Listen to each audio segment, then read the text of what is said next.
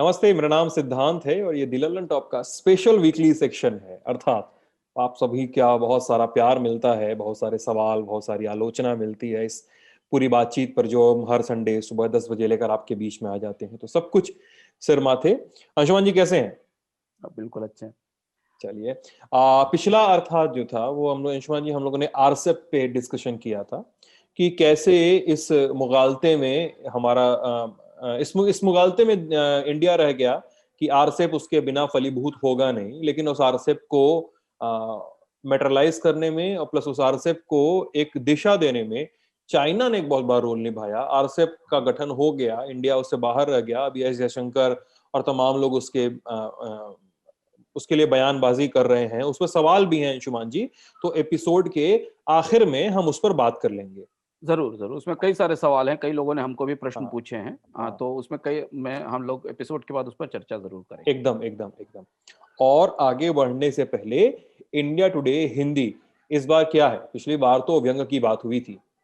हाँ, इस बार का अंक हम लोग जैसे हर साल इंडिया टुडे समूह स्टेट्स की जो दशा दिशा है, भारत के विभिन्न राज्यों की जो दशा दिशा है, उस पर एक सर्वे करता है और एक रिपोर्ट जारी करता है, जिससे हम समझ सकें कि पिछले एक साल में भारत में किस राज्य ने किस क्षेत्र में कैसा प्रदर्शन किया है, चाहे वो इंफ्रास्ट्रक्चर हो, एजुकेशन हो, लॉ एंड ऑर्डर हो, एग्रीकल्चर हो। तो हमारी वो स्टेट रिपोर्ट, जिसको हम स्टेट ऑफ स्टेट कहते हैं स्टेट ऑफ स्टेट्स कहते हैं इनफैक्ट, वो रिपोर्ट इस बार हमारी कवर स्टोरी है। और इसमें आप ये जान पाएंगे कि ये एक विशेष वर्ष रहा है। अब तो हम वर्ष के अंत में पहुंच रहे हैं जहां पर राज्यों की चुनौतियां बिल्कुल दूसरी थी सामान्य वर्षों की तुलना में। कोरोना से लड़ना, कोविड से लड़ना, स्वास्थ्य संबंधी चुनौतियों से लड़ना, लॉकडाउन को मैनेज करना, इस दौरान कौन से राज्यों ने कैसा प्रदर्शन किया, कौन सा राज्य किस पैमाने पर कहां खड़ा हुआ, इस पर केंद्रित ये रिपोर्ट है, जो इंडिया टुडे का सालाना वार्षिक आयोजन होता है। ओके, अर्थात पे बढ़ते हैं। तिजोरी भर सवाल।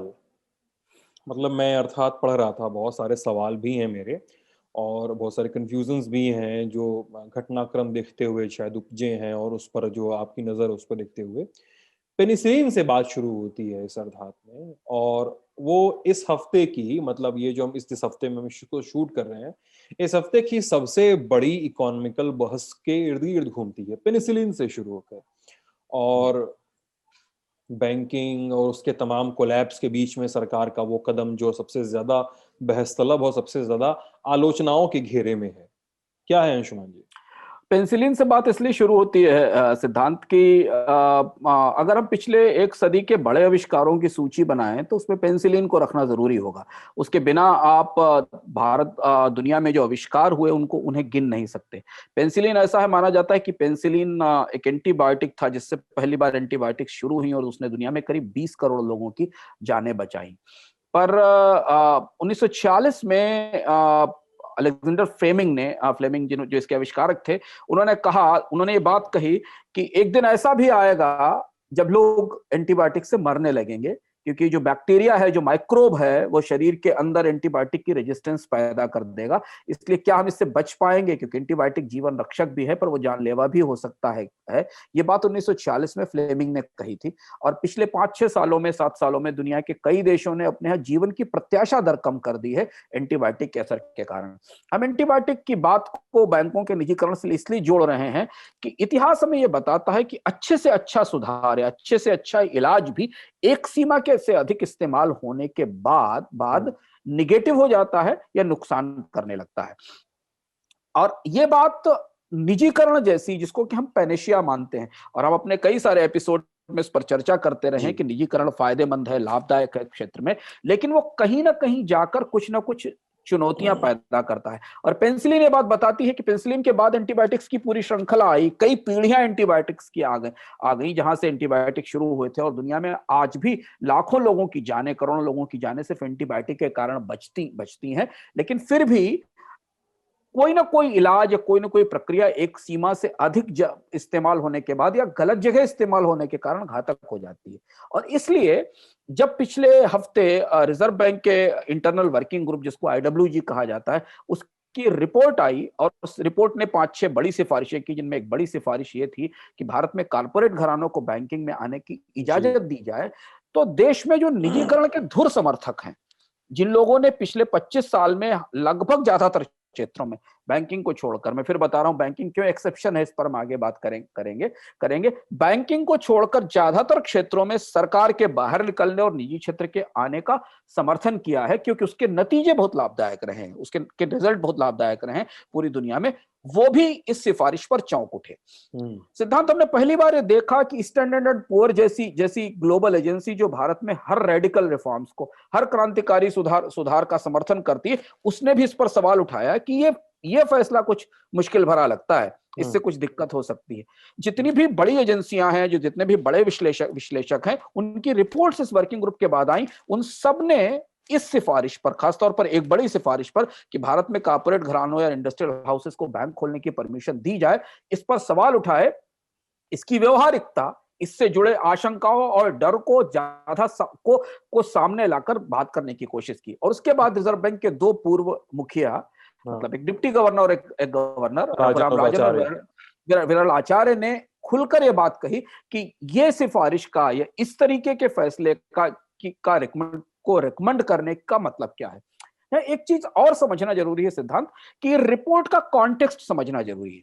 ऐसा नहीं है कि रिपोर्ट किसी एकेडमिक चर्चा के लिए आउट ऑफ द ब्लू आकर तैयार हो गई। ये कोई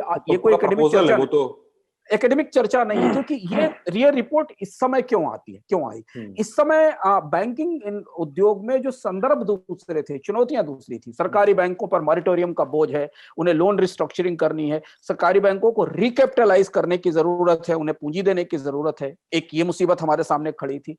दूसरी मुसीबत बैंकिंग इंडस्ट्री में यह खड़ी थी कि जो प्राइवेट बैंक है, इनकी परफॉर्मेंस लगातार गिर रही है। और उसमें अभी हमने लक्ष्मी विलास बैंक का एपिसोड देखा, जिसको खरीदने के लिए रिजर्व बैंक को दौड़कर सिंगापुर के बैंक की सब्सिडरी को भारत में देना पड़ा। ये दूसरा सवाल था।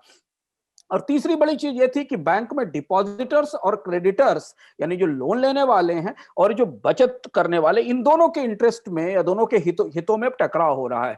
जमाकर्ता की जमा पर ब्याज दर घट रही है और जो कर्ज लेने वाला उसको सस्ता कर्ज नहीं मिल पा रहा है। ये तीन चुनौतियां थी।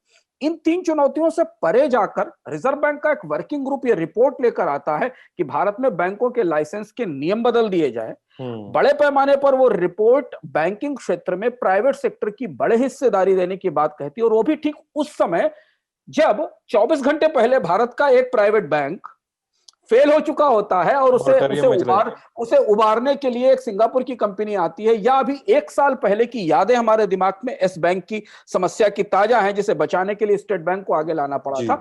तो ये सब कुछ अप्रत्याशित नहीं है सिद्धांत, ये सब कुछ कहीं ना कहीं किसी न किसी मकसद के साथ आया है, नहीं तो इस रिपोर्ट का इस समय मतलब नहीं था। और इसलिए ये बहस, इसलिए ये डिबेट बड़ी होती चली गई। और बहुत सारे लोग, चूंकि बैंकिंग जटिल है, तो बहुत सारे लोग इसके आयामों को समझने में दिक्कत करते हैं। इसलिए इसके आयाम हमारे लिए समझना जरूरी है। और फिर हमें वही याद रखना जरूरी है कि पेनिसिलिन बहुत अच्छा उपाय था, एंटीबायोटिक बहुत अच्छा उपाय था, लेकिन वो एक सीमा के बाद जाकर बहुत सारे लोगों को नुकसान करने लगा। ये समझना जरूरी है कि आखिर इसका मकसद क्या है। इस पूरी रिपोर्ट का, इस वर्किंग ग्रुप की रिपोर्ट से सरकार या सरकार के इशारे पर वर्किंग ग्रुप, रिजर्व बैंक का वर्किंग ग्रुप दरअसल हासिल क्या करना चाहता है और इसका उद्देश्य क्या था। मतलब पॉलिसी मेकर्स, सवाल है कि पॉलिसी मेकर्स किन चीजों की तरफ देखते हैं। ये जब मुझे याद है, जब ये 3-4 दिन पहले की ही ये खबर थी, और उस समय जब ये आती है खबर, और रघुराम राजन और ने अपने लिंक्डइन पेज पे लिखा था, विरल आचार्य ने भी इस पर बातचीत की थी, फिर पी चिदम्बरम, कई तमाम पी चिदम्बरम तो मान लीजिए आप राजनेता की श्रेणी में रख भी सकते हैं, कई सारे अर्थशास्त्रियों ने भी सवाल उठाए थे। तो और सरकार के पॉलिसी मेकर्स इस दिशा में जाना क्यों चाह रहे हैं, सबसे बड़ा सवाल तो यही है सबसे पहले। हाँ, ये सबसे पहला सवाल है, समझना जरूरी है इसके क्या नुकसान होंगे या इन सिफारिशों की आशंकाएं क्या हैं, उन पर हम अगले चरण में बात करेंगे, क्योंकि पहले में इसका संदर्भ समझना जरूरी है कि आखिर ये रिपोर्ट इस समय ही क्यों आई और इसके मकसद क्या है। वो बड़ी रिपोर्ट है और पूरी की पूरी रिपोर्ट तीन बड़ी चीजों पर केंद्रित है, और तीन बड़े प्रीमाइसेस को, तीन बड़े निष्कर्षों को आधार बनाती है, और उसके बाद ये सारी सिफारिशें करती है। पहली चीज तो ये समझना जरूरी है कि इसमें तीन जो बड़ी सिफारिशें हैं वो क्या हैं। एक बड़ी सिफारिश है कि प्राइवेट कारपोरेट घरानों को बैंक खोलने की इजाजत दी जा सकती है कुछ शर्तों के तहत। दूसरी सिफारिश है कि जो नॉन बैंकिंग फाइनेंस कंपनीज हैं, यानी जो गैर वित्तीय बैंकिंग कंपनियां हैं, जिन्हें भी डिपॉजिट लेने की सामान्य रूप से बैंकिंग ऑपरेशन की छूट नहीं है, उन्हें बैंकों में बदलने की छूट दी जा सकती है। और तीसरी महत्वपूर्ण सिफारिश है कि जो मौजूदा प्राइवेट बैंक है, उनमें जो प्रवर्तकों की हिस्सेदारी है उसे बढ़ाया जा सकता है, यानी उन बैंकों पर जो प्रमोटर्स है उनका कंट्रोल बढ़ाया जा सकता है। अब ये तीनों की तीनों सिफारिशें बैंकिंग क्षेत्र की मौजूदा चुनौतियों से बिल्कुल अलग हैं। बैंकिंग क्षेत्र में जो मौजूदा चुनौतियां जिनका हमने अभी जिक्र किया, मॉरिटोरियम, एनपीए, उनसे बिल्कुल अलग हैं। दरअसल इसमें 3 बड़े निष्कर्ष हैं रिपोर्ट में, जिसके कारण ये रिपोर्ट ये सरकार के किसी के इरादे, मंशा या बैंकिंग सेक्टर में एक बड़े बदलाव की तैयारी का संकेत देती है। पहली चीज इसमें ये कि इसमें पहली बार रिजर्व बैंक के वर्किंग ग्रुप ने बड़े स्पष्ट रूप से आंकड़ों के साथ बताया कि भारत की बैंकिंग बहुत छोटी बैंकिंग है। हम दुनिया की सबसे बड़ी अर्थव्यवस्थाओं में शामिल हो सकते हैं, लेकिन भारत की बैंकिंग भारत के जीडीपी की तुलना में केवल 70% है, जबकि दुनिया के औसत जो बैंकिंग आकार हैं वो उनके जीडीपी का के बराबर हैं, जीडीपी के 2 गुने 3 गुने से ज्यादा है। और इसलिए दुनिया की इस बड़ी अर्थव्यवस्था में, तीसरी सबसे बड़ी अर्थव्यवस्था का जो सबसे बड़ा बैंक है वो रैंकिंग में 55वें नंबर पर आता है, स्टेट बैंक ऑफ इंडिया। तो भारत का कोई भी बैंक टॉप 10 बैंक्स की रैंकिंग में नहीं, जबकि चाइना के 3 या 4 बैंक हैं। तो ये रिपोर्ट इस बात को रेखांकित करने की कोशिश करती है कि हम इतना बड़ा देश है, हमारी इतनी बड़ी अर्थव्यवस्था है, पर भारत की बैंकिंग उसकी तुलना में बहुत छोटी है। यानी एक विराट देश में बैंकिंग बौनी है। ये बैंकिंग ये एक बौनी बैंकिंग का देश है। हमारी बैंकिंग का आकार एसेट्स के आधार पर, डिपॉजिट्स के आधार पर, लेंडिंग के आधार पर पूरी दुनिया में बहुत छोटा है, और इसके बारे में उस रिपोर्ट में आंकड़े और तथ्य भी दिए गए हैं। दूसरी बात यह रेखांकित करती, जो बात इसकी सिफारिशों का आधार है, वो ये कि भारत में निजी बैंकिंग सरकारी बैंकिंग से ज्यादा सफल है। और इस बात को आधिकारिक रूप से, हालांकि इससे पहले आर्थिक समीक्षाओं में इस बात का संकेत दिया जाता रहा है, पर इतने खुलकर तथ्य और आंकड़ों के साथ रिजर्व बैंक के वर्किंग ग्रुप ने शायद पहली बार यह साबित किया है कि भारत में सरकारी बैंक असफल हो रहे हैं और निजी बैंक सफल हो रहे हैं। ये एक महत्वपूर्ण निष्कर्ष है, और ये निष्कर्ष बताता है कि जब से निजी बैंक आए हैं भारत में 1995 से लेकर अभी तक, टोटल बैंकिंग बिजनेस में उनका हिस्सा 3 गुना बढ़ गया है, यानी 12% से 36% हो गया। स्वाभाविक सी बात है कि अगर उनका हिस्सा 3 गुना बढ़ा है तो ये नुकसान सरकारी बैंकों के कारोबार में हुआ होगा। अभी भी सरकारी बैंक भारत के बैंकिंग बिजनेस में करीब 60% का हिस्सा रखते हैं, और 36-37%, 4% का हिस्सा विदेशी बैंकों के पास है, यानी लगभग 40% के आसपास का हिस्सा प्राइवेट बैंक और विदेशी बैंकों के हाथ में है, और 60% सरकारी बैंकों के पास है। और ये रिपोर्ट इस बात को रेखांकित करती है कि निजी बैंकिंग का प्रयोग भारत में सफल रहा है, यानी कि निजी बैंकिंग पर भरोसा करने की भारत के नीति निर्माता निजी बैंकिंग पर भरोसा बढ़ाना चाहते हैं। और तीसरी जो सबसे महत्वपूर्ण बात है, जहां पर हम सरकार की मंशा को समझ सकते हैं, वो ये कि ये रिपोर्ट एक कहती है कि शेयर बाजार में निजी बैंकों के रिटर्न्स बेहतर है। उसके लिए उन्होंने प्राइस बुक वैल्यू के फार्मूले का इस्तेमाल किया जो 1 से ज्यादा है, और चूंकि निजी बैंकों के रिटर्न शेयर बाजार में बेहतर हैं, इसलिए बाजार उन्हें ज्यादा पैसा देने को तैयार है। इस रिपोर्ट ने एक आंकड़ा कोट किया है कि पिछले 5 सालों में प्राइवेट बैंक्स ने बाजार से 1.5 लाख करोड़ रुपए जुटाए हैं, जबकि सरकारी बैंक केवल 70,000 करोड़ रुपए जुटा सके। इस सिफारिश का मतलब यह है कि भारत के सरकारी बैंक जो पूंजी की समस्या से कराह रहे हैं, एनपीए के कारण उनकी पूंजी घट रही है, उन्हें प्रोविजन करने पड़ते हैं, यानी डूबे हुए कर्ज के बदले अपनी पूंजी और मुनाफे बलिदान करने पड़ते हैं, उन्हें पूंजी देने में सरकार को दिक्कत हो रही है। रिपोर्ट ये कहती है, जबकि इसके विपरीत जो छोटे से निजी बैंक हैं भारत में, जिनका बाजार में हिस्सा करीब 30-35% के आसपास है, वो 1.25 लाख करोड़ रुपए लेकर आ रहे हैं। हाँ, वो 1.5 लाख करोड़ रुपए 5 साल में लेकर आ रहे हैं, यानी उनके कामकाज पर बाजार का भरोसा सरकारी बैंकों से कई गुना ज्यादा है। अब समझिए इस रिपोर्ट को, कि इस रिपोर्ट के जो मंतव्य हैं वो समझना जरूरी है। अब ये 3 निष्कर्ष सही है बिल्कुल, और भारत में निजी बैंकों की सफलता स्थापित है। उसे हम निष्कर्षों पर ही टिका है सारा कुछ। हाँ, हम वो सब स्थापित है, निजी बैंकों की सफलता स्थापित है, उसे स्वीकार करते और मानते भी हैं। भारत में निजी बैंकों ने बैंकिंग की प्रक्रिया बदली है, सरकारी बैंकों को प्रतिस्पर्धा के लिए मजबूर किया है। सरकारी बैंक सरकारी तरीके से चलते थे। जितना भी आप टेक्नोलॉजिकल इनोवेशन देखते हैं, जितनी भी नए तरीके की बैंकिंग देखते हैं, वो सारी बैंकिंग तब शुरू हुई भारत में जब ये प्राइवेट बैंक आए, और इनके डर से या इनकी प्रतिस्पर्धा से सरकारी बैंकों ने अपने काम करने का तरीका बदला।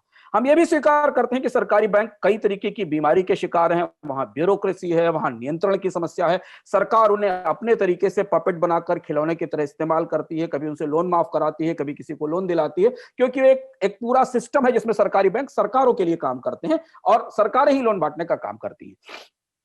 लेकिन ये तीनों सिफारिशें एक बड़े बदलाव की तरफ, रिजर्व बैंक के वर्किंग ग्रुप के जरिए सरकार के नजरिए में बदलाव, सरकार ने इस रिपोर्ट पर भी कुछ नहीं कहा, रिजर्व बैंक इस रिपोर्ट पर फैसला लेगा, पर इस नजरिए की तरफ इशारा करती है कि सरकार धीमे धीमे बैंकिंग सेक्टर में प्राइवेटाइजेशन या बैंकिंग सेक्टर में बैंकिंग सेवाओं में निजी क्षेत्र की हिस्सेदारी या भागीदारी बढ़ाना चाहती है। अगर आप प्रत्यक्ष रूप से सिद्धांत देखें तो इस सिफारिश में कोई आपत्ति नहीं है, कोई दिक्कत नहीं है, नहीं, कोई समस्या नहीं, एकदम समस्या नहीं है। लेकिन हाँ, जब सरकार मतलब सरकार की बॉडी आरबीआई, उसकी वर्किंग ग्रुप कह रहा है कि निजी बैंक ज्यादा बेहतर परफॉर्म कर रहे हैं, मार्केट पूरा उस तरह से सेटअप हो चुका है कि निजी बैंक सरकारी बैंकों से ज्यादा बेहतर तरीके से काम करते हैं, सरकार का पुश ज्यादा है कि निजी बैंक जो है वो ज्यादा अच्छे काम करें, मतलब इसमें समस्या कहाँ होनी चाहिए? इसमें समस्या नहीं है, यही मैं कह रहा हूं कि यहां तक सारी चीजें इस रिपोर्ट में सबसे अच्छी और स्थापित हैं। और रिफॉर्म की दृष्टि से भारत में प्राग्मेटिक या दूरदर्शी रिफॉर्म की दृष्टि से यह आवश्यक है कि भारत में निजी बैंकिंग को बढ़ावा दिया जाए, पर यही वो महीन पेंच है, वही पेंच है जिसे हमें समझना जरूरी है। और अक्सर भारत में ज्यादातर लोग निजीकरण को सामान्य निजीकरण और बैंकिंग निजीकरण के बीच फर्क नहीं कर पाते। हाँ, मैं यहीं पे टोक भी दूं अंशुमान जी, क्योंकि अपने ही कुछ एपिसोड्स में हमने भी बात की है कि कई सरकारी एसेट्स जो हैं और सरकारी संस्थानों, एसेट मोनेटाइजेशन वाला एपिसोड था जहां तक मुझे याद आ रहा है, वो जो 4वां या 5वां एपिसोड था, तो उसका शीर्षक भी मुझे याद आ रहा है कि मंदी से निकालने का बवाली तरीका, शायद हमने कुछ शीर्षक ऐसे सोचा था। तो एसेट मोनेटाइजेशन में सर कुछ एसेट्स को प्राइवेटाइज किया जा रहा है, कई चीजों को प्राइवेट सेक्टर के हाथ में दिया जा रहा है, निजीकरण ही आखिरी का रास्ता बचता है कई चीजों में। लेकिन यहीं पर एक थिन लाइन है, सिल्वर लाइनिंग है, जो बैंकों के निजीकरण और टोटल निजीकरण को बांटती है। इसमें थिन लाइन से ज्यादा इसमें लोगों की समझ में, या जो लोग पूरे सुधारों को करीब से समझते हैं, उसकी पेचीदगी में फर्क है। बैंकों का निजीकरण एक बिल्कुल दूसरी चीज है। जब हम बैंकों के निजीकरण की बात कहते हैं तो हमारा मतलब है कि सरकारी बैंकों में निजी हिस्सेदारी, बैंकिंग के बिजनेस में निजी क्षेत्र की हिस्सेदारी बढ़ाना एक दूसरी चीज है। दरअसल है क्या कि निजीकरण को लेकर, निजीकरण एक क्लिशेड वर्ड है, एक बहुत घिसा हुआ सा ग्रेटेड वर्ड है, मतलब वो जिसके बारे में अज्ञे कहते थे ना, कभी वासन अधिक घटने से मुलम्मा छूट जाता है, तो वो निजीकरण का मुलम्मा छूट गया है। हम अक्सर ये समझते हैं कि जो प्राइवेटाइजेशन का जो मतलब टेलीकॉम में है, जो मतलब रेलवेज में है, या जो मतलब एविएशन में है, वही मतलब बैंकिंग में है। जब आप किसी ऐसे क्षेत्र में जहां सरकार नियंत्रण में है, इंफ्रास्ट्रक्चर या सेवाओं से जुड़े क्षेत्र में निजीकरण करते हैं, तो कंपनियों को सरकार बाजार में हिस्सेदारी देती है और कंपनी उसके बदले निवेश करती है उसमें। जैसे भारत ने एविएशन सेक्टर खोला तो एयर इंडिया बनी रही, लेकिन 5 बड़ी एयरलाइंस आई, उन्होंने निवेश करना शुरू किया, उन्होंने नई फ्लाइट्स चलाई, उन्होंने इंफ्रास्ट्रक्चर बनाने में मदद की, और भारत के एविएशन मार्केट में प्राइवेट सेक्टर की हिस्सेदारी हो गई।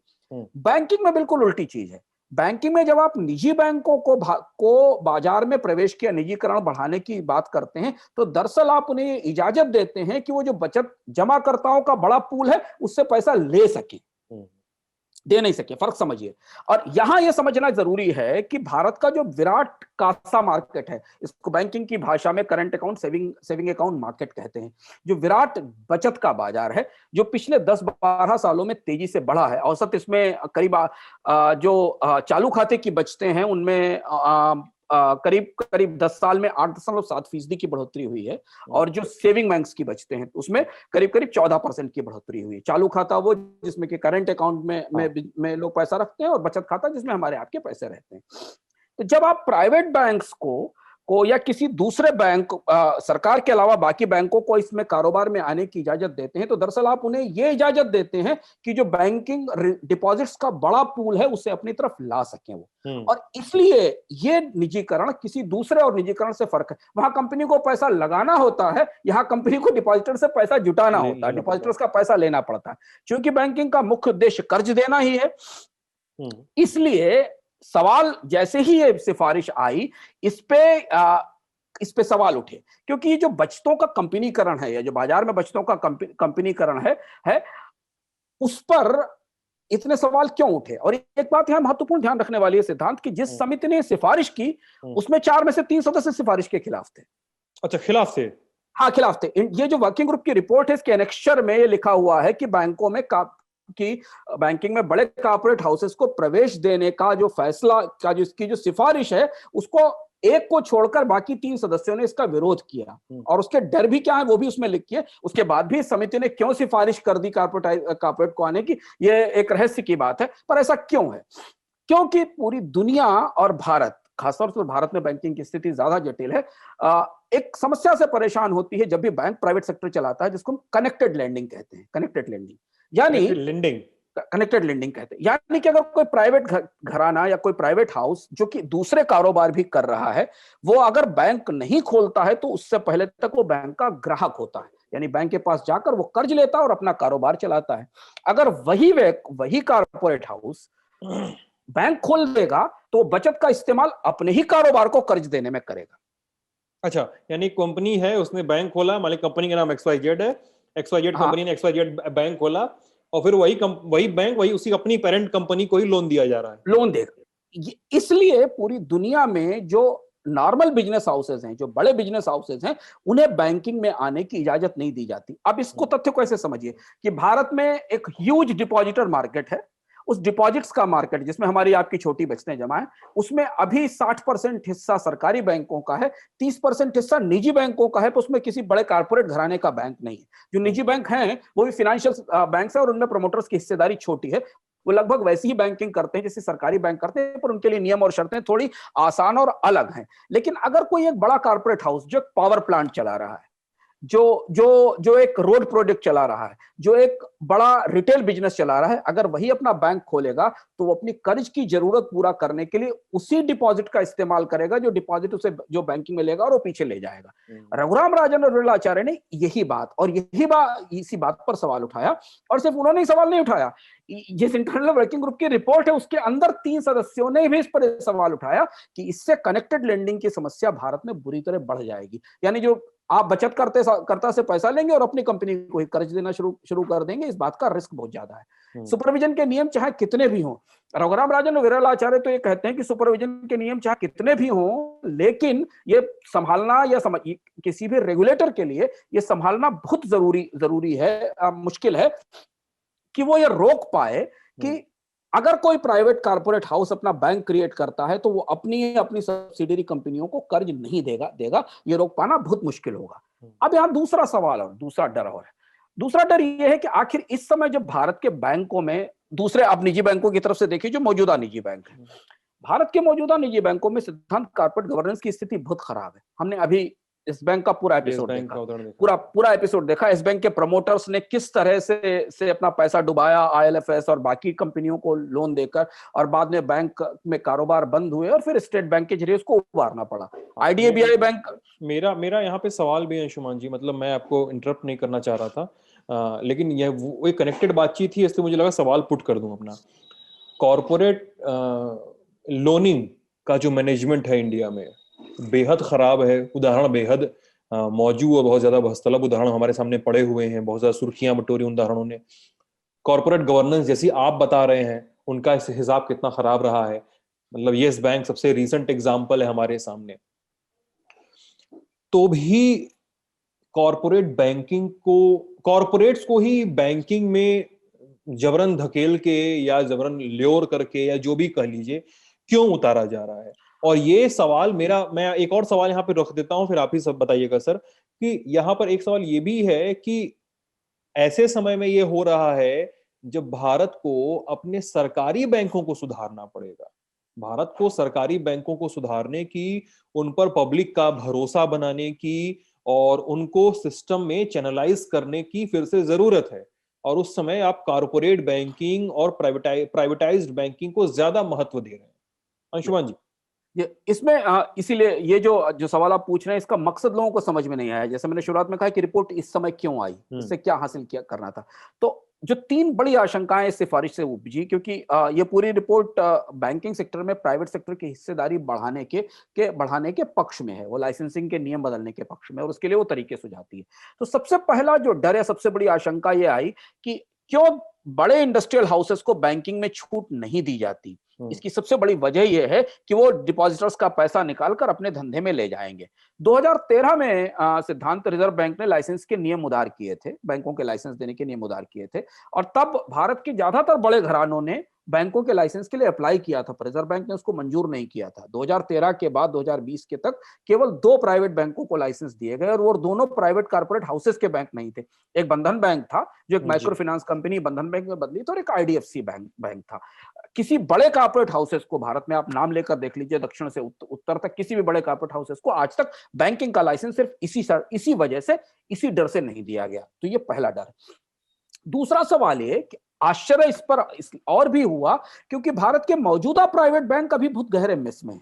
भारत की प्राइवेट बैंकिंग का एक बहुत अच्छा दौर था, और जब एनपीएस की समस्या आना शुरू हुई, जब क्रोनी बैंकिंग की समस्या आना शुरू हुई, तो हमें दिखाई पड़ा कि वही कंपनियां जिन्होंने सरकारी बैंकों को डुबाया है कर्ज लेकर, उन्हीं कंपनियों को प्राइवेट बैंकों ने भी लोन दिया। जैसे एलएफएस को देख लीजिए, जैसे दीवान हाउसिंग को देख लीजिए, अनिल अंबानी ग्रुप को देख लीजिए, उसमें सरकारी बैंकों का भी एक्सपोजर और प्राइवेट बैंकों का भी एक्सपोजर है। यानी कहीं ना कहीं कर्ज देने के मामले में, कारपोरेट को कर्ज देने के मामले में सरकारी बैंकों और प्राइवेट बैंकों के फैसले में कोई बड़ा फर्क नहीं है। उन्होंने भी उन्हीं डूबती नावों पे सवारी की है, उन्हीं ब्लैक होल में पैसा डाला है, जिसमें स्टेट बैंक का पैसा भी डूबा है, सरकारी बैंकों का भी पैसा डूबा है, और इनका भी डूबा है जी। अब फर्क में क्या फर्क है कि सरकारी बैंक पर तो आप एक में ये सवाल है कि सरकार ने का नियंत्रण है, और सरकार का ढीला ढाला नियंत्रण है, वहां क्रोनी बैंकिंग है।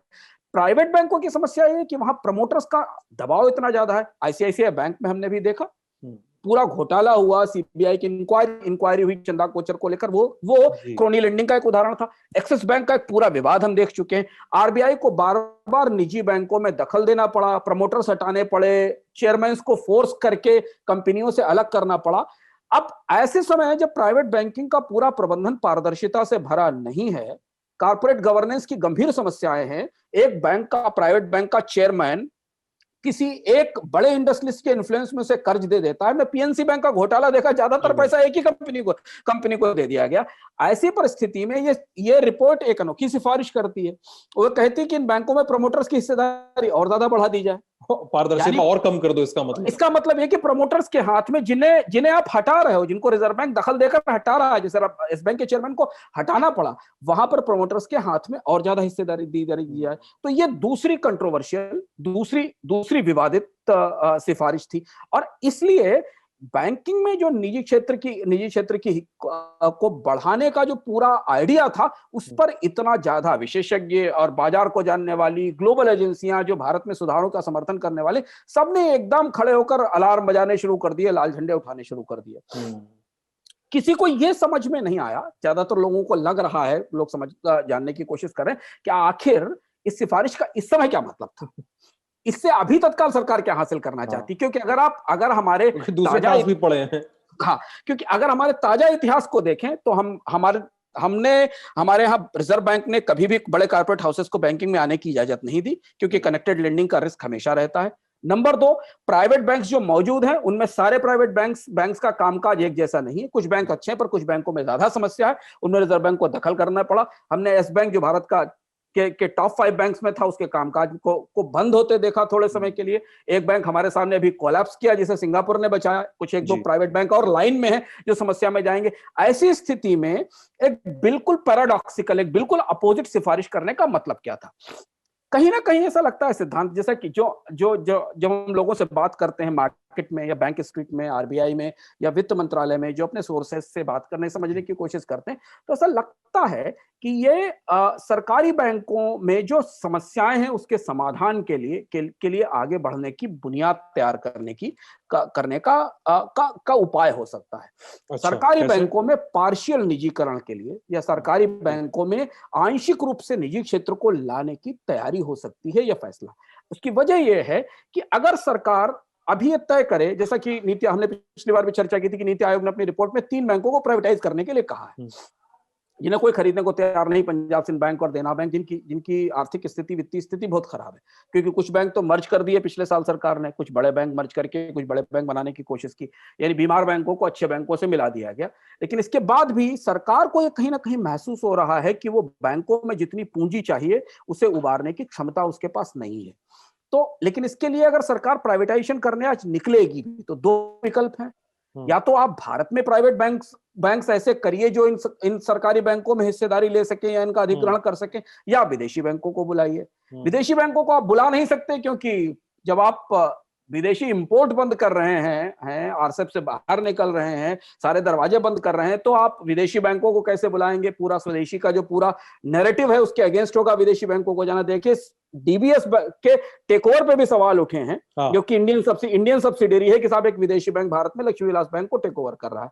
तो दूसरा तरीका यह हो सकता है कि भारत में निजी बैंक बड़े किए जाएं, उनकी ताकत बढ़ाई जाए और नए निजी बैंक स्थापित किए जाएं, ताकि डाउन द लाइन अगले 1-2 साल 3 साल में जब सरकार इस स्थिति में हो कि वो सरकारी बैंकों का निजीकरण कर सके या उन्हें पार्शियली निजी बैंकों के हाथ में सौंप सके, तो कम से कम बाजार में ग्राहक तो मौजूद हों।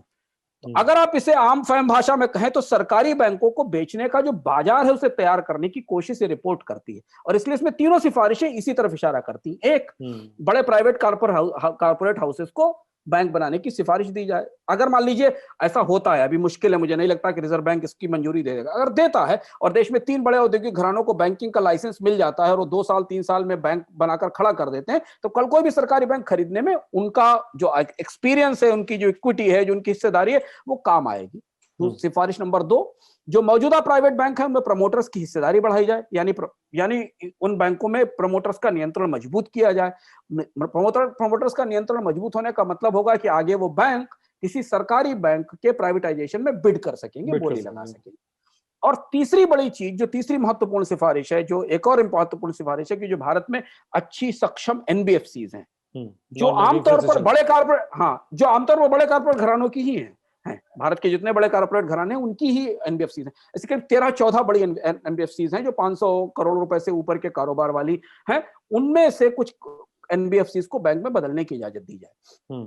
ये 3 सिफारिशें। तो अगर इन तीनों सिफारिशों को एक साथ मिलाकर समझने की कोशिश की जाए तो जो पूरी रिपोर्ट आप पढ़िए, काफी डिटेल्ड रिपोर्ट है, और उसमें और भी सिफारिशें हैं। विदेशी बाजार से पैसा उठाने के लिए प्राइवेट बैंकों के स्ट्रक्चर को चेंज करने के लिए पूरी सिफारिश एक दूरगामी नजरिया रखती है कि अगले 2 या 3 साल के भीतर, 1 या 2 साल के भीतर भारत में निजी बैंकों की संख्या और बाजार में निजी बैंकों का हिस्सा बढ़ाया जा सके, जिससे कि जब भी सरकार को सरकारी बैंकों का प्राइवेटाइजेशन करना हो या उनमें निजी क्षेत्र को आने की इजाजत देनी हो तो ये ग्राहक बाजार में मौजूद रहें, जिन्हें ये दिया जा सके। ये मोटी समझ इससे लगती है। अब एक चीज इस सिफारिश से एक बड़ा स्पष्ट संकेत है, बड़ा क्लियर संकेत है इस सिफारिश से, और इससे पहले जो फैसले हुए हैं और जो बैंकिंग क्षेत्र को लेकर सरकार के भीतर विचार चल रहा है, कि भारत में सरकारी बैंकों की संख्या और कम होगी, एक विलय और कम होगी। एक विलय के साथ सरकारी बैंकों की संख्या कम की गई। बहुत सारे छोटे बैंक थे, जैसे इलाहाबाद बैंक को इंडियन बैंक में मर्ज कर दिया गया। इससे पहले हमने कैनरा बैंक बाकी बैंक्स के मर्जर देखे। अगर अब सरकारी बैंकों की संख्या कम होगी, वो संख्या इस तरह से कम होगी कि निजी क्षेत्र को उसके अधिग्रहण की इजाजत दी जाएगी, या निजी कंपनियों को उसमें, या निजी बैंकों को उसमें प्रवेश की इजाजत दी जाएगी। दरअसल क्या है कि भारत की निजी बैंकिंग बहुत छोटी है और भारत की सरकारी बैंकिंग बहुत बड़ी है। अगर भारत में निजीकरण भी किया जाना है तो निजी बैंकों को उतना बड़ा तो होना पड़ेगा कि वो सरकारी बैंकिंग को खरीद सके, इतनी ताकत तो उसके पास होनी पड़ेगी। अब यहां जो सवाल उठ रहा है कि अगर सरकार सरकारी बैंकों को प्रॉपर ढंग से या कायदे से प्रबंधन नहीं कर पा रही है, तो क्या उसका ये इलाज है कि आम लोगों की बचत को निजी कंपनियों के लिए खोल दिया जाए, और जो इकोनॉमिक पावर है, जो आर्थिक ताकत है, उसका कंसंट्रेशन कुछ हाथों में कर दिया जाए? अगर सरकार इन बैंकों में अपनी हिस्सेदारी घटाना ही चाहती है तो बेहतर है कि वो पब्लिक को बेची जाए। और यहाँ पर यह भी है कि बैंकिंग का जो पब्लिक सेक्टर की बैंकिंग है, उसका बहुत बड़ा ग्राहक जो है वो रूरल इंडिया से आता है। हाँ, पब्लिक सेक्टर की, रूरल इंडिया बहुत ज्यादा पब्लिक सेक्टर के बैंक पे डिपेंडेंट है। तो अब इसमें जो सवाल उठ रहे हैं वो ये कि अगर सरकार ये पूरा मकसद सरकारी बैंकों के निजीकरण के मकसद से है, तो वो फैसला इस समय चुनौतीपूर्ण इसलिए है क्योंकि एक तो प्राइवेट बैंक्स की सक्सेस स्टोरी इंडिया में मिश्रित है, बहुत अच्छी भी है, बहुत खराब भी है। दूसरी चीज ये कि अगर सरकार ये चाहती है कि उसे बैंकों में हिस्सेदारी घटाना हो, तो वो बैंकों को डाइवेस्ट करे और पब्लिक को हिस्सेदारी बेचे, जनता उसमें हिस्सेदारी ले। अभी बैंकों में सरकार की नियंत्रक हिस्सेदारी है 60%, 65% से के ऊपर और ज्यादा भी। तो अगर सरकार चाहे तो बैंकों को स्टेट बैंक ऑफ इंडिया को, पीएनबी को या बड़े बैंक्स को इजाजत दे कि वो अपने पब्लिक इश्यूज लाएं और अपने शेयर जनता को बेचें। और दूसरी चीज है कि बैंकों में का रेगुलेशन, सरकारी बैंकों का रेगुलेशन ठीक करे, उन्हें प्रोफेशनल्स के हाथ से रन कराया जाए। जो सरकार उनसे लेन देन करती है, जो सरकार उनका इस्तेमाल करती है अपने लिए कर्ज लेने में, कर्ज माफ कराने में, अपने साथ के अपने चुनिंदा लोगों से लोन मेले लगवाने में, इन सब में उसका इस्तेमाल रोका जाए। अब यहां हम एक दोराहे पर खड़े हुए हैं। ये पूरी रिपोर्ट दो चीजों का बड़ा स्पष्ट रूप से संकेत देती है कि बैंकिंग क्षेत्र में निजी क्षेत्र की हिस्सेदारी बढ़ेगी, स्वाभाविक रूप से उसमें कोई आपत्ति नहीं है। पर वो बैंक प्रोफेशनल बैंक्स हो, वो बैंक कॉर्पोरेट बैंक्स ना हो, ये जरूरी है, क्योंकि कनेक्टेड लेंडिंग की समस्या का समाधान हमें ढूंढना पड़ेगा। हमें ये इजाजत शायद नहीं देनी होगी कि कोई बड़ा कॉर्पोरेट हाउस आए और डिपॉजिटर्स का पैसा लेकर अपने ही बैंक में पैसा लगा दे। भारतीय बैंकिंग के साथ कितना ब्लीक हो, क्योंकि भारतीय बैंकिंग के साथ दुविधा रही है। भारत के बैंक निजी बैंक थे, उसके बाद उनको नेशनलाइज किया गया, फिर हमने दोबारा खोला और सेमी प्राइवेटाइजेशन की तरफ गए। अगर आप पूरा भारतीय बैंकिंग का इतिहास देखें तो 60 से पहले सरकारें निजी बैंक थे, फिर हमने उनको नेशनलाइज किया। और तब नेशनलाइज करने का तर्क यह था कि निजी बैंक जो है वो अपने कोई पैसा देते हैं, निजी हाउसेस के बैंक है, और उसमें आम लोगों की कोई हिस्सेदारी नहीं। इस वजह से उनको नेशनलाइज किया गया। तो अब एक तो चीज ये कि निजी भारत की बैंकिंग बाजार में निजी बैंकों की हिस्सेदारी बढ़नी चाहिए, इसमें कोई गलती नहीं है, पर उसका रास्ता ये होना चाहिए कि जो प्रोफेशनल बैंक्स हैं वो सामने आए। दूसरी चीज है कि जो मौजूदा निजी बैंक है उनके कामकाज पारदर्शी बनाए जाए, उनके अंदर भी उतना ही मेस है सिद्धांत जितना में सरकारी बैंकों में, उतना ही खराब परफॉर्मेंस, उतनी ही क्रोनी लेंडिंग, उतना ही कामकाज में अपारदर्शिता इन बैंकों में भी है। और तीसरी चीज है, बिल्कुल सही बात है, भारत में इतने सरकारी बैंकों की जरूरत नहीं है। भारत में मेगा सरकारी बैंक होने चाहिए, बड़े बैंक होने चाहिए, मर्ज करके बड़े बैंक बनाए जाएं जो कि बाजार की वैगरीज को या बाजार के उतार चढ़ाव को संभाल सके। लेकिन अगर सरकार इसमें हिस्सेदारी घटाना चाहती है तो बेहतर है कि वो किसी निजी क्षेत्र को देने के बजाय भारत के आम लोगों को उसमें हिस्सेदारी दे, शेयर होल्डर्स को हिस्सेदारी दे, जो कि बैंकों का शेयर खरीदें और बैंकों में हिस्सेदारी दें। अभी कुछ भी संभव क्लियर नहीं है, और ये पूरी बहस बैंकों की अब दूसरी जगह आकर उलझ गई है ऐसी परिस्थिति में कि सरकार आखिर दिशा क्या लेना चाहती है। एक चीज हमें समझना पड़ेगा जो कि इतिहास हमें सिखाता है हमेशा, जिस पर हम चर्चा करते रहे, जैसे हमने आपसे शुरुआत में सिद्धांत पेंसिलिन का जिक्र किया था कि इतिहास हमें बताता है कि अतीत और वर्तमान को अगर बहुत कायदे से ना समझा जाए तो सबसे अच्छे से अच्छा सुधार भी भविष्य को मुश्किल में डाल देता है, परेशानी में डाल देता है। जैसे इसका बड़ा दिलचस्प उदाहरण सोना है, गोल्ड है। गोल्ड हमेशा संकट में चमकता है, आज भी संकट में चमकता है। जब भी कोई क्राइसिस होती है आप गोल्ड खरीदते हैं। सोने को हमेशा इन्फ्लेशन के अगेंस्ट, महंगाई के अगेंस्ट हिज माना जाता है, घरों में रखा हुआ पैसा कहा जाता है उसको। हाँ, आज भी दुनिया के बैंक, घर को तो छोड़ दीजिए, आज भी दुनिया के बैंक गोल्ड रिजर्व बनाते हैं। पिछले 1-1.5 साल में जब पिछले कोविड के दौरान बैंकों ने बड़े पैमाने पर सोने में निवेश किया, बैंक खरीदे, लेकिन कोई भी बैंक या कोई भी सरकार वो गलती नहीं करती जो विंस्टन चर्चिल ने की थी। विंस्टन चर्चिल उस समय ब्रिटेन के चांसलर हुआ करते थे, यानी चांसलर ऑफ एक्सचेकर, मतलब वित्त मंत्री हुआ करते थे, तब तक प्रधानमंत्री नहीं बने थे। द्वितीय विश्व युद्ध के बाद की बात थी। चर्चिल ने राजनीतिक लाभ के लिए ब्रिटेन की अर्थव्यवस्था को बड़ा दिखाने के लिए, जबकि ब्रिटेन की अर्थव्यवस्था की कमर टूट चुकी थी वर्ल्ड वार के बाद, जमीन बिल्कुल लड़खड़ाई हुई थी, चर्चिल ने फैसला किया, यह बात शायद 1925 की है, जब उन्होंने ये फैसला किया, चांसलर ऑफ एक्सचेकर थे, और उस समय जितने लोग मौजूद थे सिद्धांत, जो उनसे पहले के चांसलर थे मॉर्गन, उन्होंने भी इसको अपोज किया। जॉन मेनॉर्ड केन्स जो फेमस इकोनॉमिस्ट थे, उन्होंने तो इस फैसले को बाबरिक रैली कहा था, पर चर्चिल जिद्दी थे। पर चर्चिल से बड़ी बड़ी राजनीतिक शख्सियत दुनिया के इतिहास में कम हुई है। ब्रिटेन के इतिहास में उनसे कद्दावर राजनेता और उनसे कद्दावर नेता कोई नहीं हुआ। पर चर्चिल की जो सबसे बड़ी गलतियां रही इतिहास में, वो 1925 में चांसलर ऑफ एक्सचेकर के तौर पर रही, जब अच्छा। उन्होंने ये डिसाइड किया कि गोल्ड स्टैंडर्ड वापस लौटाएगा। यानी आपके पास अगर पाउंड का नोट है तो उसे ले जाकर आप उसे सोने से बदल सकते हैं। ओह, अच्छा। ये उन्होंने, और ये 1900, और इस फैसले ने डिजास्टर कर दिया अच्छा। ब्रिटेन की अर्थव्यवस्था में। ब्रिटेन का सोना फ्लाई करके, गोल्ड फ्लाई करके निकल के फ्रांस जाने लगा। फ्रांस ने अपनी करेंसी डिवैल्यू कर दी, जिससे कि पाउंड के जरिए, कागज के पाउंड के जरिए सोना इकट्ठा किया जा सके। देखिए चर्चिल का फैसला था ये 1900, और उस वक्त काफी बहस हुई, पर चर्चिल लगा नहीं, ब्रिटेन की इकोनॉमी इतनी ताकतवर है, हम दुनिया के इतने बड़े देश हैं, और हमें, वो पूरा फैसला राजनीतिक था, ब्रिटेन की ताकत को दिखाने के लिए और अपनी ताकत को दिखाने के लिए।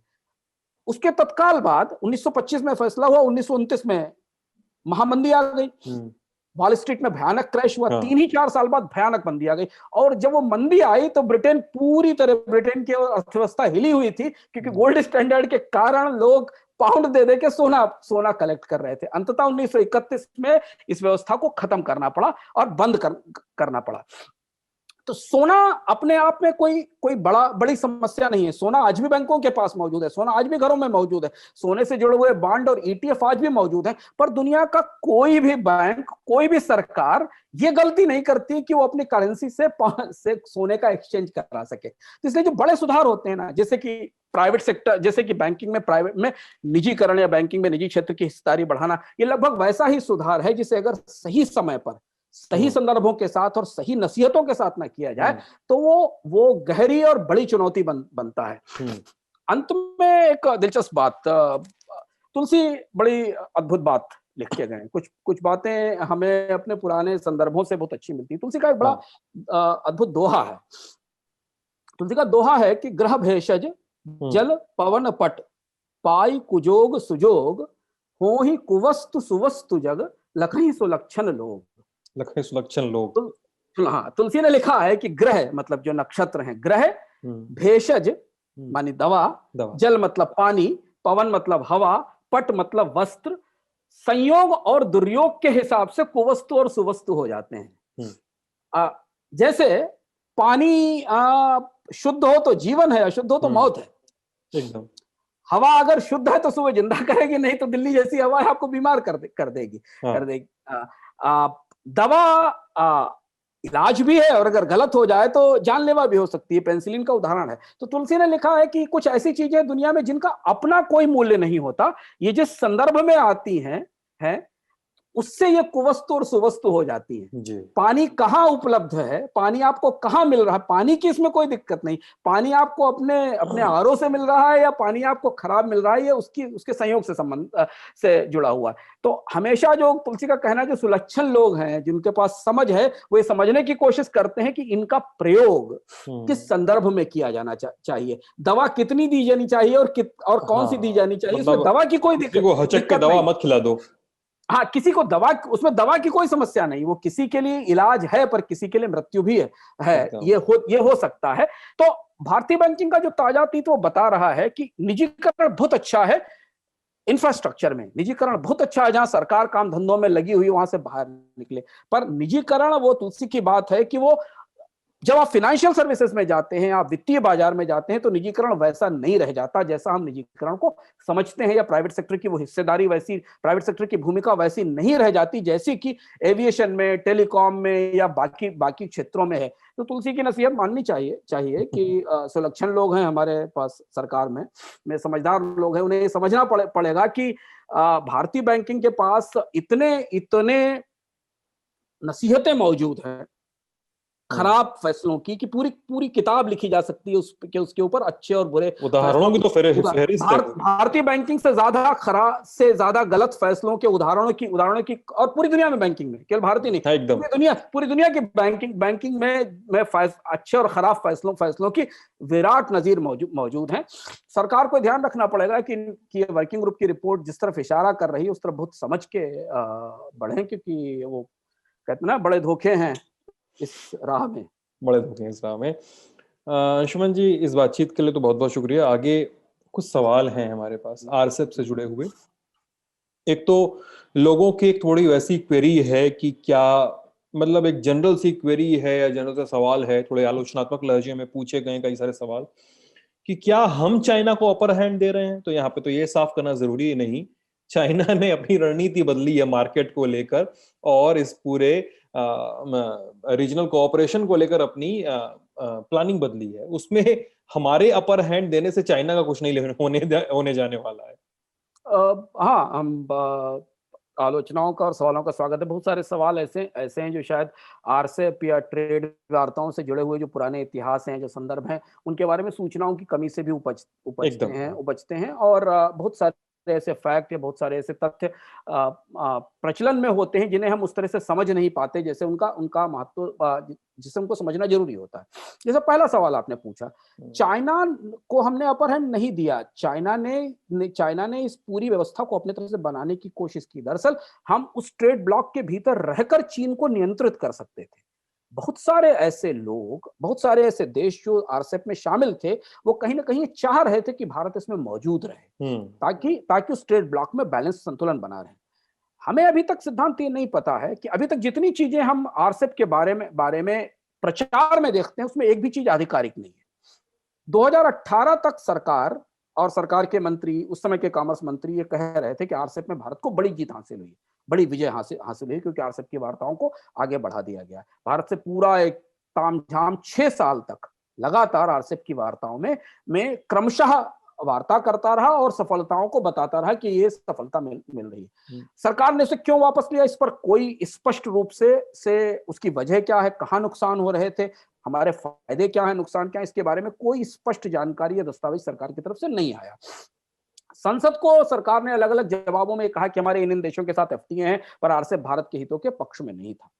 अब है क्या कि जो आंकड़े और जो तथ्य सरकार के पास से आधिकारिक रूप से आ रहे हैं, वो तो विदेश व्यापार में और इस तरीके के समझौतों में भारत की सफलता की कहानियों से भरे हुए हैं। जी। टन्स एंड टन्स ऑफ आंकड़े हमारे पास ऐसे मौजूद हैं जो ये बताते हैं कि व्यापार के उदारीकरण, लिबरलाइजेशन, फ्री ट्रेड एरियाज में जाने से भारत को अनंत लाभ हुए हैं। अब में कुछ उदाहरण और देते हैं कि कंफ्यूजन कैसे होता है। जैसे एक सवाल एग्रीकल्चर को और किसानों को लेकर किया जाता है। कहीं कहीं ना मुझे लगता है कि ये सारी चिंताएं डब्ल्यूटीओ से डरी हुई चिंताएं हैं, डब्ल्यूटीओ वाली चिंताएं, और डब्ल्यूटीओ को लेकर भी बहुत सारे भ्रम अलग अलग तरह से बने। भारत ने डब्ल्यूटीओ में जितनी सफलता हासिल की, शायद उतनी उतनी उतनी सफलता किसी और देश ने हासिल नहीं की थी। और ये भारत की कूटनीतिक दमखम का नतीजा था कि भारत ने डब्ल्यूटीओ में अपने पक्ष में बहुत सारे फैसले किए, और ना केवल बल्कि विकासशील देशों का नेतृत्व भी किया। और ये तत्कालीन सरकारों की अक्रॉस द पार्टी लाइन उनकी कूटनीतिक क्षमता का सबसे बड़ा प्रदर्शन था। जैसे एक आशंका की जाती है डब्ल्यूटीओ में जाने से किसानों को नुकसान हुआ। सरकार का आंकड़ा यह बताता है सिद्धांत कि 2005 से लेकर 2014 के बीच भारत में एग्रीकल्चर एक्सपोर्ट 27% बढ़ा पर साल की दृष्टि से। हर साल आंकड़ा कुछ और कहता है, हर साल 27% बढ़ा। अभी फिनांस कमीशन के पास एक रिपोर्ट आई है एग्रीकल्चर एक्सपोर्ट्स को लेकर, उसमें पूरा डिटेल दिया गया है, और वो ये संकेत करता है कि भारत ने जब विदेश व्यापार समझौतों में हिस्सेदारी ली तो भारत के कृषि को उसका फायदा हुआ। 2014 के बाद से भारत का एग्रीकल्चर एक्सपोर्ट गिरना शुरू हो गया, और ये वही दौर था जब भारत ने विदेश व्यापार समझौतों का रिन्यूअल है उस पर आगे बढ़ने की प्रक्रिया रोक दी थी। अब अगर सरकार का आंकड़ा माने तो डब्ल्यूटीओ में जाना भारत के लिए फायदेमंद रहा, यह पहली चीज है। इकोनॉमिक सर्वे यह कहता है कि जिस दिन से भारत डब्ल्यूटीओ में गया उस दिन से भारत की आय बढ़ी, जीडीपी बढ़ी। अरविंद पानगढ़िया की पूरी किताब है, काफी बड़ी किताब है, जो बहुत विस्तार से एक एक चीज बताती है कि भारत ने विदेश व्यापार में जितनी हिस्सेदारी बढ़ाई, भारत का जीडीपी उतना बढ़ा, भारत का रिटर्न उतना बढ़ा। और वो प्रत्यक्ष रूप से देख सकते हैं, हमारे पास खुली आंखों से में देख सकता है, चाहे वो तकनीक के तौर पर या रोजगार के तौर पर। भारत पहला ऐसा देश था जिसने की डब्ल्यूटीओ में जाकर यह बहस शुरू करवाई कि भारत की सर्विसेज का एक्सपोर्ट बढ़ना चाहिए, क्योंकि भारत ह्यूमन रिसोर्सेज का देश था। और यह बहस लगातार अभी तक जारी है, जहां भारत बराबर लड़ता रहा पूरी दुनिया के देशों से कि हमारे लोगों को काम दिया जाए, हमारे लोग जाकर विदेश में काम करें। अब ये तथ्य जो है, हमें ऐसे तथ्य में आरसेप के बारे में नहीं बताते। आरसेप के बारे में सरकार ने हमें नहीं बताया कि ये प्रोडक्ट लिस्ट है जिनमें डंपिंग का रिस्क है, ऐसी चीजें जहां पर नुकसान हो सकता है। सिर्फ ये फैसला 2018 तक अच्छा था, 2019 में ये बदल खराब हो गया। दूसरी बड़ा जो भ्रम एफटीएस को लेकर है। सरकार का आंकड़ा यह कहता है कि आसियान, जापान और कोरिया के साथ एफटीएस के बाद भारत का बायलैटरल ट्रेड 50% बढ़ा। इकोनॉमिक सर्वे में ये लिखा हुआ है। आरसेप में जाने से पहले सरकार ने सुरजीत भल्ला कमेटी के नेतृत्व में एक रिपोर्ट बनाई। उस रिपोर्ट ने भारत में विदेशी व्यापार के, और उसमें कौन कौन था, उसमें अकेले सुरजीत भल्ला नहीं थे, उसमें सरकार के सारे अधिकारी मौजूद थे, कॉमर्स मिनिस्ट्री के ऑफिसर्स मौजूद थे, इंडस्ट्री के रिप्रेजेंटेटिव मौजूद थे। इसलिए हम मानते हैं कि सरकार ने सामूहिक रूप से बैठकर वो रिपोर्ट बनाई थी। उस रिपोर्ट में ये पूरा विस्तार से बताया गया है कि व्यापार के उदारीकरण और मुक्त व्यापार के में भागीदारी से सरकार को भारत में को कहां कितना फायदा हुआ। बल्कि वो रिपोर्ट ये भी कहती है सिद्धांत कि जैसे जैसे सरकार भारत ने दरवाजे बंद करना शुरू किए, नुकसान होना शुरू हो गया। हमने अपनी पिछले किसी एक एपिसोड में इस पर चर्चा भी की थी कि 2014 तक दुनिया भारत का एक्सपोर्ट्स की दुनिया में हिस्सेदारी बढ़ रही थी, 2014 के बाद वो गिरना शुरू हो गई। ये जानकारी भी सुरजीत भल्ला कमेटी की रिपोर्ट में, जो कमेटी इसी सरकार ने बनाई। अब अगर हमें माने कि फ्री ट्रेड से भारत को नुकसान हुआ है, तो वही देश, जिन देशों के साथ फायदे के आंकड़े सरकार सामने रख रही, वो कैसे गलत हो सकते हैं। दूसरी चीज है, या तो सरकार इस मामले में स्पष्ट करे कि आरसेप से बाहर निकलने के नुकसान और फायदे क्या थे। तीसरी चीज है कि जब हम ये कहते हैं कि हमें चीन से कंपनियां चाहिए, हम चाहते हैं कि चीन से निकलने वाली कंपनियां भारत आ जाएं, उसके लिए हम भारत में बहुत सारी रियायतें देने की कोशिश करते हैं, तब फिर हमें यह भी तो समझना पड़ेगा सिद्धांत कि वो कंपनियां हमारी शर्त पर नहीं आएंगी, अपनी शर्त पर आएंगी। और जब एक आरसेप में फ्री ट्रेड एरिया बन रहा है तो वो उसमें पहले जाएंगे कि हमारे यहां जाएंगे। एक छोटा सा उदाहरण समझना जरूरी है। वियतनाम ने पिछले 10 साल में 15 फ्री ट्रेड एग्रीमेंट किए हैं, 15 फ्री ट्रेड एग्रीमेंट किए। हम छोड़िए चीन को, आप वियतनाम को हरा के देखिए, पहले वियतनाम से कंपटीशन करके देखिए। वियतनाम ने पिछले 10 साल में 15 फ्री ट्रेड एग्रीमेंट किए, हमने तो 8 साल 7 साल होने आ रहा है, फ्री ट्रेड की पूरी वार्ताएं बंद कर दी। तो ये कैसे हो सकता है कि सरकार के दस्तावेज और रिपोर्ट जिस व्यवस्था को सही साबित करते हो, प्रचार में उसे गलत बताया जाता हो और उसके लिए तथ्य ना हो। अब जैसे कृषि को लेकर अजीब सी बहस, अगर आप ये कह रहे हैं कि भारत में कृषि का कैपिटलाइजेशन होना चाहिए, मंडियों में निजी कंपनियों को आने की छूट दी जानी चाहिए, कॉन्ट्रैक्ट फार्मिंग की छूट दी जानी चाहिए जिस पर किसान आंदोलन कर रहे हैं, तो वो जो सरप्लस पैदा होगा उसे आप एक्सपोर्ट भी तो करोगे ना कहीं। और अगर आप एक्सपोर्ट करोगे तो उसके लिए आपको किसी ट्रेड डील का, किसी ट्रेड सिस्टम का हिस्सा बनना पड़ेगा। अंतिम बात, जो बात सामान्य रूप से समझना जरूरी है कि ट्रेड वार्ताएं कभी भी एक तरफा नहीं होती। ऐसा कभी नहीं होता ट्रेड वार्ताओं में कि सब कुछ आपको मिल जाए। ये बहुत कड़ी, सब कुछ आपको मिल जाए या सब लोग आपको ही दबाने की कोशिश करें। हाँ, ये कभी नहीं होता। और भारत ने डब्ल्यूटीओ की ट्रेड वार्ताओं में जो सफलता हासिल की थी, वो बहुत सॉलिड प्रपोजल्स के आधार पर की थी, तैयारियों के आधार पर की थी। चूंकि मैंने पर्सनली डब्ल्यूटीओ की ट्रेड वार्ताओं को दोहा में, कैनकुन में, सिंगापुर में कवर किया है और उस टीम के साथ, तो वो तैयारियां थी कि अगर उस ब्लॉक से ये प्रस्ताव आएगा ना तो हमारे पास से ये प्रस्ताव होगा, उस ब्लॉक से ये प्रस्ताव आएगा तो हमारे पास से ये प्रस्ताव होगा। लंबी लंबी वार्ताएं चलती थी और ये एक किस्म का लेन देन है, एक किस्म का गिव एंड टेक है। थोड़ा आप देते हैं, थोड़ा वो देते हैं, और इसी तरह से व्यापार वार्ताओं की सौदेबाजी या इस व्यापार वार्ताओं की प्रक्रिया चलती है। दुनिया में कूटनीतिक सफलता का सबसे बड़ा प्रमाण यह होता है कि आप किसी व्यापार वार्ता में अपने लिए मैक्सिमम फायदे लेकर निकल आए, मैक्सिमम फायदे लेकर निकल आए। और डब्ल्यूटीओ में ऐसा हुआ, जहां नहीं हुआ पर डब्ल्यूटीओ में भारत ने रोक दिया, ब्लॉक कर दिया, उसको नहीं होने दिया, पर वो नेगोशिएशंस कंटिन्यू करते रहे। आरसेप से बाहर निकलना, जो आपने पहले सवाल पूछा तो उसमें हम आखिर में आते हैं। आरसेप से बाहर निकलने का मतलब था कि चीन तो ये चाह ही रहा था कि ये पूरा ट्रेड ब्लॉक उसके पास आ जाए, जिससे कि भारत बाहर निकल आए। ये जो गिव एंड टेक था, ये जो नेगोशिएशंस थी कि हमें अपना कितना बाजार खोलना है, बाद में अपना वहां से कितना बाजार लेना है, ये नेगोशिएशंस छोड़ देना, इनसे बाहर निकल जाना रणनीतिक रूप से बड़ी चूक थी और सब लोग मान रहे हैं। उसके बाद सारे लोगों ने पूरी दुनिया में मानना है। तो अभी हमारे पास आरसेप को लेकर जितनी आशंका है वो सब प्रचारित है, तथ्यगत नहीं है।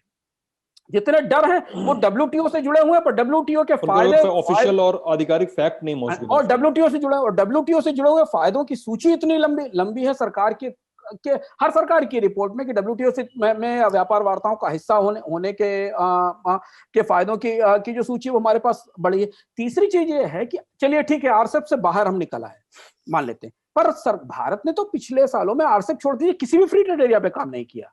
कनाडा पेंडिंग है, ईयू पेंडिंग है, यूके पेंडिंग है। हम दुनिया के बाजारों में उन्हीं नियमों के तहत ट्रेड करने की कोशिश कर रहे हैं जो 2012-13 में कर रहे थे। तब से 6 साल में हमने अपने फ्री ट्रेड एग्रीमेंट बढ़ाया ही नहीं। और स्वाभाविक सी बात है कि जो फ्री ट्रेड एग्रीमेंट आज से 10 साल पहले हो चुका है वो रिव्यू होगा, उसमें और ज्यादा एक्सेस मांगी जाएगी, आपको भी और ज्यादा बाजार में पहुंच मांगनी होगी और हमें भी देनी होगी। तो हम अगर उस पूरी प्रक्रिया से ही पीठ दिखा देंगे, उससे बाहर ही निकल आएंगे और हम मान लेंगे कि मुक्त व्यापार की हमको जरूरत ही नहीं है, तो फिर ये ग्लोबल सप्लाई चेन की बहस क्यों, कि हम ग्लोबल एकदम। सप्लाई चेन का हिस्सा बनना चाहते हैं और दुनिया भर की एजेंसियां हमारे पास, हमारे यहाँ कंपनियां आकर निवेश करें, वो क्यों निवेश करेंगी। जब आप भारत को किसी ये बात ट्रेड डील का हिस्सा बनना ही नहीं चाह रहे हैं। भारत को ये समझना पड़ेगा कि भारत को वो बनाना पड़ेगा जो दुनिया खरीदना चाहती है। हम ये नहीं कह सकते कि जो हम बना रहे हैं वही आप खरीद लीजिए। हमें अगर दुनिया में ट्रेड करना, चीन ने क्यों ये दिखाया, मैंने जो पिछले अंक में जो चर्चा की थी कि चीन ने क्यों सरप्राइज किया। चीन जो कभी भी किसी ट्रेड डील का हिस्सा नहीं बनता था, अपनी शर्तों पर सामान बेचता था, उसे समझ में आया कि नई ट्रेड डील का हिस्सा बनने में फायदा है, ग्लोबलाइजेशन का हिस्सा बनने में फायदा है, क्योंकि दुनिया बदल चुकी है, ये वो WTO वाली दुनिया नहीं है। और इसलिए ये बहस तथ्य के संदर्भ में देखना जरूरी है, भावनात्मक रूप से या भावनाओं में या प्रचार से ज्यादा उन वास्तविकताओं को समझना जरूरी है जो भारत में मुक्त व्यापार के फायदे और नुकसान से जुड़ी हुई है। मतलब पिछले ट्रेड डील्स की जो अकॉम्प्लिशमेंट्स थी, जो उनसे मिले फायदे थे, उनके लिए उनकी जो सूची है वो अभी के प्रचार से ज्यादा बड़ी और ज्यादा व्यापक है। बहुत बड़ी। आप एक विषय पर, एक तथ्य पर बात कर सकते हैं। आप इंजीनियरिंग एक्सपोर्ट पर ले लीजिए, आप एग्रीकल्चर एक्सपोर्ट्स पर ले लीजिए, आप इंपोर्ट्स पर ले लीजिए। और भारत ने अपनी कृषि की खाद्य सुरक्षा को सुनिश्चित करते हुए, यही तो WTO में भारत की सफलता थी। भारत को WTO में सफलता इसलिए मिली कि भारत ने अपनी खाद्य सुरक्षा को सुनिश्चित करने वाले शर्तों को दुनिया को मनवाते हुए दुनिया के कृषि बाजार में हिस्सेदारी बढ़ाई अपनी। और तभी तो 2005 के बाद भारत का export, agriculture export 27% per year की दर से बढ़ा। तो ये होती है वो कूटनीतिक ताकत, जिस कूटनीतिक ताकत के दम पर आप इन वार्ताओं में अपने लिए मजबूत चीजें खींच लाते हैं। और वो कूटनीतिक ताकत कहीं चूकी RCEP में, और हमने चीन को ये चांस दे दिया कि वो इस पूरे ब्लॉक को अपने साथ ले ले। और अंतिम बात है कि कोई भी, हमारे यहां और भी भावनात्मक सवाल बहुत सारे होते हैं, कोई भी रणनीतिक झगड़ा आर पार नहीं होता। जापान ऑस्ट्रेलिया को चीन से रणनीतिक खतरा है, पर कारोबारी दोस्ती रहेगी। वो देश जो चीन से स्ट्रेटेजिकली सबसे ज्यादा डरे हुए हैं साउथ चाइना सी में, जिन्हें चीन से सबसे ज्यादा खतरा है, उन्होंने देर नहीं लगाई RCEP का हिस्सा बनने में। एकदम वो उसी RCEP का पार्ट है परिणाम देख रहे हैं ना, क्योंकि उन्हें पता है कि व्यापार हमारे देश की जनता के लिए, उसके रोजगार के लिए, अपने उद्योग के लिए जरूरी है। और जो रणनीतिक चुनौतियां हैं और जो सिक्योरिटी रिलेटेड इश्यूज हैं वो अलग अलग हैं। हमारे यहाँ जो आम बहस है ना, वो चीन, वो सिक्योरिटी चैलेंजेस और ट्रेड डिप्लोमेसी को एक साथ मिला देती है। और वो ऐसा है कि साहब की देखिए, अरे आपसे झगड़ा है तो सामान नहीं खरीदेंगे। हाँ, मतलब ये उस लेवल तक आ जाता है कि हमारा आपसे झगड़ा, तो आपसे सामान नहीं खरीदेंगे, आपका सामान बैन कर देंगे। आप चाइना और जापान के बीच राइवलरी देख लीजिए, ऑस्ट्रेलिया को चीन से होने वाले डरे खतरे को देख लीजिए, पर उन्होंने टाइम नहीं लगाया। उन्होंने लगा कि हमारे पड़ोस में इतना बड़ा फ्री ट्रेड एरिया बन रहा है, हम इससे बाहर रहेंगे तो हम चूक जाएंगे। स्ट्रेटेजिक डिस्कोर्स, स्ट्रेटेजिक डिस्प्यूट्स अलग अलग हैं। ट्रेड रिलेटेड फायदे, भारत अपनी अर्थव्यवस्था, अपने लोगों के लिए फायदे बिल्कुल अलग हैं। हमारी बहस ये फर्क में चूक जाती है और हम उस पर इमोशनल हो जाते हैं, और इसलिए शायद RCEP को समझने में लोगों को दिक्कत हुई, जैसी कि दिक्कत लोगों को WTO को समझने में इससे पहले हुई थी। तो आशा है कि आप सभी के सवालों का जवाब इस बातचीत से मिल भी गया होगा। अब नई बातचीत भी सामने है, उसके लिए भी आपके सवालों का स्वागत है। ये इस हफ्ते का अर्थात था। अरे अंशुमान जी, क्या पढ़ने लिख रहे हैं आजकल? मतलब सवाल नहीं पूछते हैं तो लोग बोलने लगते हैं। इस हफ्ते सिद्धांत एक दो किताबें मंगाई मैंने। एक तो बराक ओबामा वाली किताब मंगाई, लेकिन अभी मैं पढ़ना शुरू नहीं कर पाया क्योंकि हमारे स्पेशल इश्यूज थे, उनमें में व्यस्तता थी लगी हुई। एक किताब मेरे पास उपलब्ध है अभी, जो जिस पे हम काम कर रहे हैं, वो मेरविन किंग की बुक है, the land of alchemy. Banking sector के ऊपर, पूरी दुनिया में बैंकिंग में क्या हुआ, क्योंकि इधर 2008 के बाद और इस खासतौर से कोविड के बाद जो पूरी दुनिया में बैंकिंग में नए तरीके के स्ट्रेस बनने की कोशिश कर रहे हैं, उन्हें समझने के लिए उस किताब को हमने दोबारा पढ़ना शुरू किया।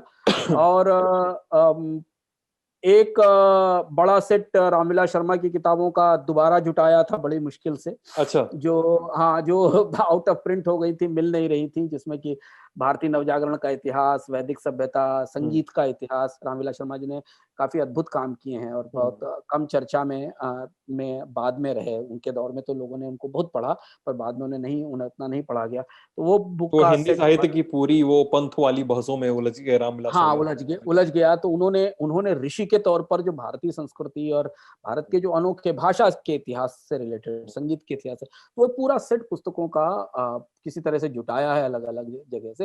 वो हुँ, आया तो वो आ गया है। तो इस सप्ताह उसका भोग लगाया जाएगा। उसमें उसपे उसकी उसमें से कुछ पुस्तकें इस सप्ताह पढ़ने की शुरुआत की जाएगी। हुँ। और क्या नेटफ्लिक्स खुला है कुछ? नेटफ्लिक्स या कुछ क्राउन को देखना शुरू किया था शुरू कर लेकिन दिया? हाँ, क्राउन का लेकिन इस बीच में सिमोन बॉलिवर पे एक सीरीज है बड़ी सीरीज है करीब 40 एपिसोड की। वो देखने लायक सीरीज है क्योंकि सिमोन बॉलिवर जिसने पूरे लैटिन अमेरिका को स्पेनिश रूल से मुक्त कराया था और कैसे आजाद कराया था। वो हुँ, भी एक आजादी का बहुत बड़ा योद्धा रहा है लैटिन जी। अमेरिका में, जिसके बारे में हमें बहुत कम मालूम है। नाम तो हम सुनते रहे। वो हुँ, सीरीज़ हम देख रहे हैं। जानकारी के लिहाज से लैटिन अमेरिका की हिस्ट्री को समझने के लिहाज से बहुत अच्छी सीरीज़ है और उसके साथ क्राउन भी है क्योंकि क्राउन के बहुत सारे एपिसोड इससे पहले देखे देखे हुए हैं, तो क्राउन को भी धीमे-धीमे आगे बढ़ाने की कोशिश कर रहे हैं। लेकिन ये सप्ताह काफ़ी व्यस्तताओं से भरा था और इसलिए थोड़ा नेटफ्लिक्स पे कम समय जा पाया। अच्छा, अच्छा, अच्छा। और मैंने वो डॉक्यूमेंट्री खोज के देखी है मतलब मेरे एक परिचित ने दी थी। 2017 में आई थी बेन ब्रैडली पे, जो हाँ, वॉशिंगटन पोस्ट के एडिटर थे और वो वाटरगेट के समय हाँ। बॉब वुडवर्ड और कार्ल बर्नस्टीन उनके अंडर में काम हुँ, कर रहे थे और बाकी का समय भी जो था वियतनाम पेपर्स को लेके। हाँ, तो उन पर एक डॉक्यूमेंट्री बनी 2017 में the newspaper man, the life and the times of Ben Bradley. उनके बेटे बेन ब्रैडली जूनियर हाँ। भी संपादक बने आगे चल के। तो वो डॉक्यूमेंट्री मुझे मिली और मुझे लगता है कि वो अगर आपको भी मिले मगर तो ज़रूर हाँ, देखना चाहिए। वो देखी है क्योंकि बाद में उसी डॉक्यूमेंट्री ने इस फ़िल्म को मोटिवेट किया था जो जो film the Tom post Hanks करके वाली, आई थी। The post. हाँ, द पोस्ट आई थी जो हाँ, फ़िल्म मेरिल जो आई स्ट्रीप और थी। टॉम हैंक्स वाली, हाँ। हाँ, वो मूवी उसी एपिसोड से वो मैकनारा पेपर्स वाला जो हाँ, हाँ। पूरी और कैसे अमेरिकन मीडिया ने स्टैंड किया था व्हाइट हाउस की पावर के सामने उस पे वो थी। तो पोस्ट एक ऐसी मूवी है जो बताती है और कैसे अमेरिकन जुडिशरी ने स्टैंड आउट किया था और हाँ। सरकार को वो किया था। तो वो दुनिया में प्रेस के या फ्रीडम ऑफ स्पीच के इतिहास का बड़ा अद्भुत एपिसोड है। हुँ, हुँ। प्रेस-वेस पे हम लोग पता नहीं मुझे लगता है कि हमारे यहाँ इंडिया में उतना काम नहीं होता है, उस तरह की हाँ। मूवीज़ और उस तरह की सीरीज़ पे, उस तरह के एफर्ट्स को डिस्कवर करने के लिए या हुँ। और एक्सप्लोर करने के लिए उस चीज़ों को नहीं बनाया जाता है। शायद कोई फ़िल्म निर्माता या कोई प्रोड्यूसर या कोई लेखक आके शायद ध्यान दे इस पे कि कुछ किया जा सके। डिएगो मैराडोना की डेथ डेथ हुई है, तो हाँ। मैं कुछ पढ़ रहा था ऑनलाइन खोज-खोज के, तो मुझे एक आर्टिकल दिख गया, उस कहीं था मुझे याद भी नहीं आ रहा है कहाँ था, कि 3 दोस्तों की कहानी थी। Fidel Castro, Gabriel Garcia Marquez हुँ, और डिएगो मैराडोना। मैराडोना। और इनकी दोस्ती का ज़िक्र था। और वो हुँ, करते-करते फिर मैंने वो किताब निकाल ली, मैंने पिछले साल पढ़ी थी, the scandal of the century. जी। मार्केज के 50 उसमें 1950 से लेकर 1984 या 74 के बीच के लिखे गए 50 जर्नलिस्टिक पीसेस का संकलन है वो। तो वो मैं एक बार पढ़ चुका था, वो क्या शानदार उसमें आलेख हैं। मतलब मुझे लगता है मार्केज ने जो पत्रकारिता में काम किया है, उसको ज़रूर पढ़ना चाहिए। वो बहुत हाँ, प्यार से लिखा है मार्केज का एक वो लेख तो हिंदी में अनुवाद भी बहुत जगह हुआ, कई जगह छपा था कि जब शकीरा गाना नहीं गाती हैं, तो क्या कर रही होती हैं। हाँ, क्या कर रही होती है। अरे कमाल है। तो ये जी। चीज़ें इस समय इधर मैंने लिखा पढ़ा थोड़ा। तो अर्थात हो गया, आप लोगों को कैसा लगा हम लोगों को ज़रूर बताइएगा, हम जानना चाहते हैं। सवाल हो तो सवाल ज़रूर पूछिए, खोजिए, बात करिए, अपना ख़्याल रखिए। आप सभी का बहुत-बहुत शुक्रिया।